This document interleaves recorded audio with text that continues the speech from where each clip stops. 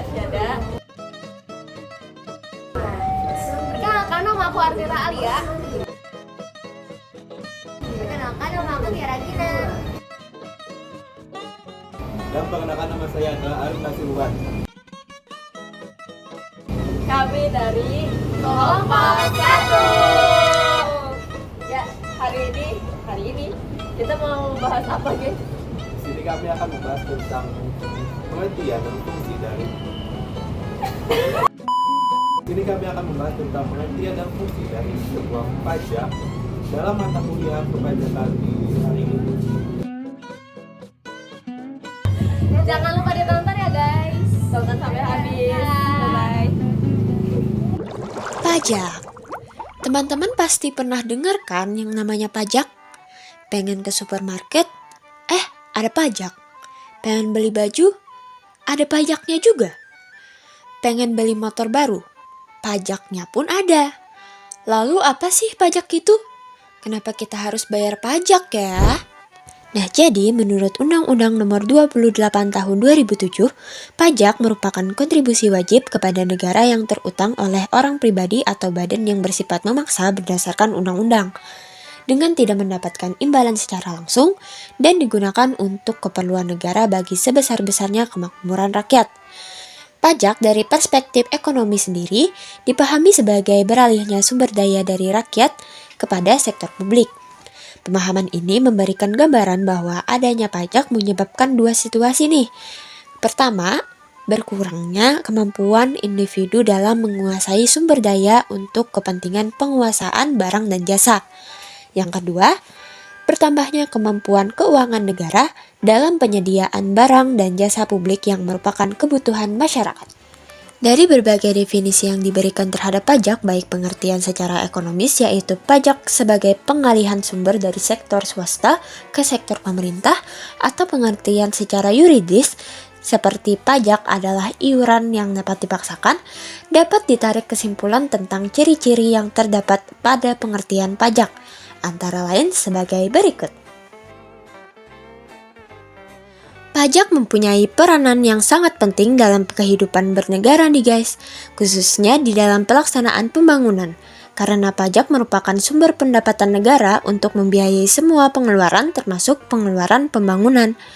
Berdasarkan hal tersebut, maka pajak mempunyai beberapa fungsi, yaitu fungsi penerima atau budgeter dan juga fungsi pengatur atau regular. Baik, lanjut ke materi selanjutnya, yaitu perbedaan pajak dan pungutan lainnya. Yang pertama adalah retribusi.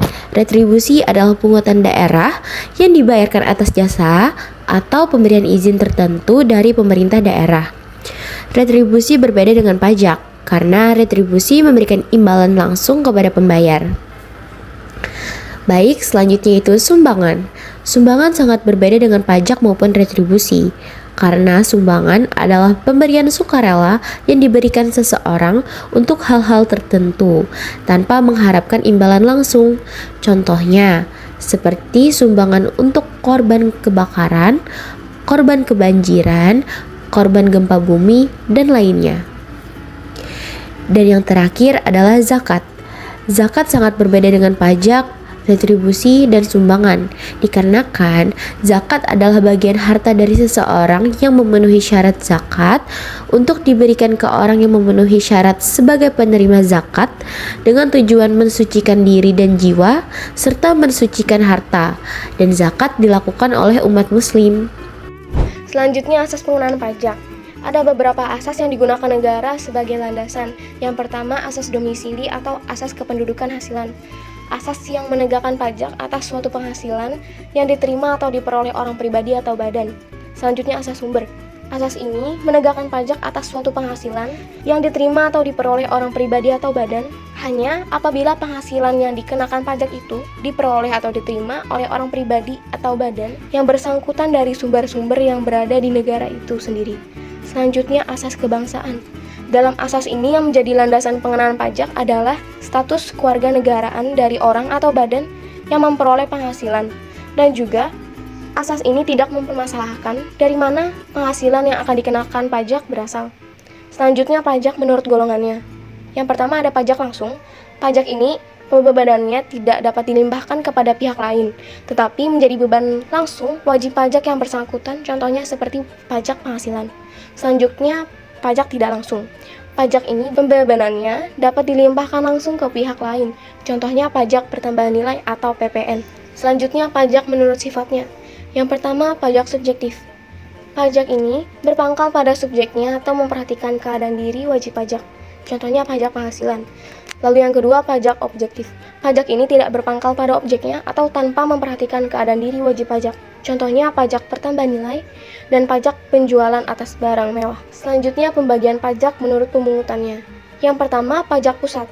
Pajak ini dipungut oleh pemerintah pusat yang akan digunakan untuk membiayai rumah tangga negara. Contohnya pajak penghasilan, pajak pertambahan nilai, dan pajak penjualan atas barang mewah. Selanjutnya, pajak daerah. Pajak ini dipungut oleh pemerintah daerah dan digunakan untuk membiayai rumah tangga daerah. Contohnya pajak reklame, pajak hiburan, dan pajak rokok. Di sini aku akan melanjutkan materi dari pengertian dan fungsi pajak mengenai perlawanan terhadap pajak.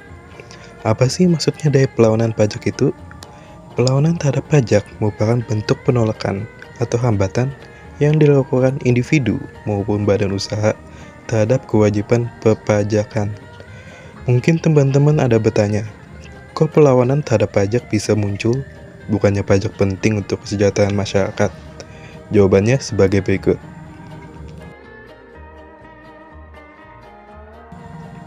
Jenis-jenis perlawanan pajak juga terbagi menjadi dua, yaitu pasif dan aktif.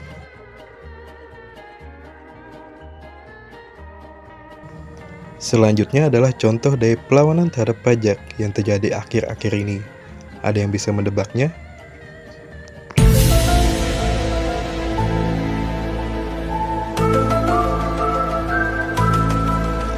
Benar, contoh yang aku ambil di sini adalah aksi demonstrasi penolakan kenaikan PPN 12% yang terjadi pada akhir Desember tahun 2024 yang lalu. Ada yang bisa tebak perlawanan terhadap pajak ini termasuk kategori apa? Tulis jawaban kalian di kolom komentar. Kemudian, di titik ini mungkin banyak pertanyaan. Salah satunya adalah validasi. Apakah perlawanan terhadap pajak itu salah atau benar? Jawabannya tergantung dari sudut pandang alasan dan konteks di baliknya. Bisa benar, namun juga bisa salah. Nah, itu dia penjelasan kami terkait pengertian dan fungsi pajak. Thank you for watch and see you next time. Bye-bye.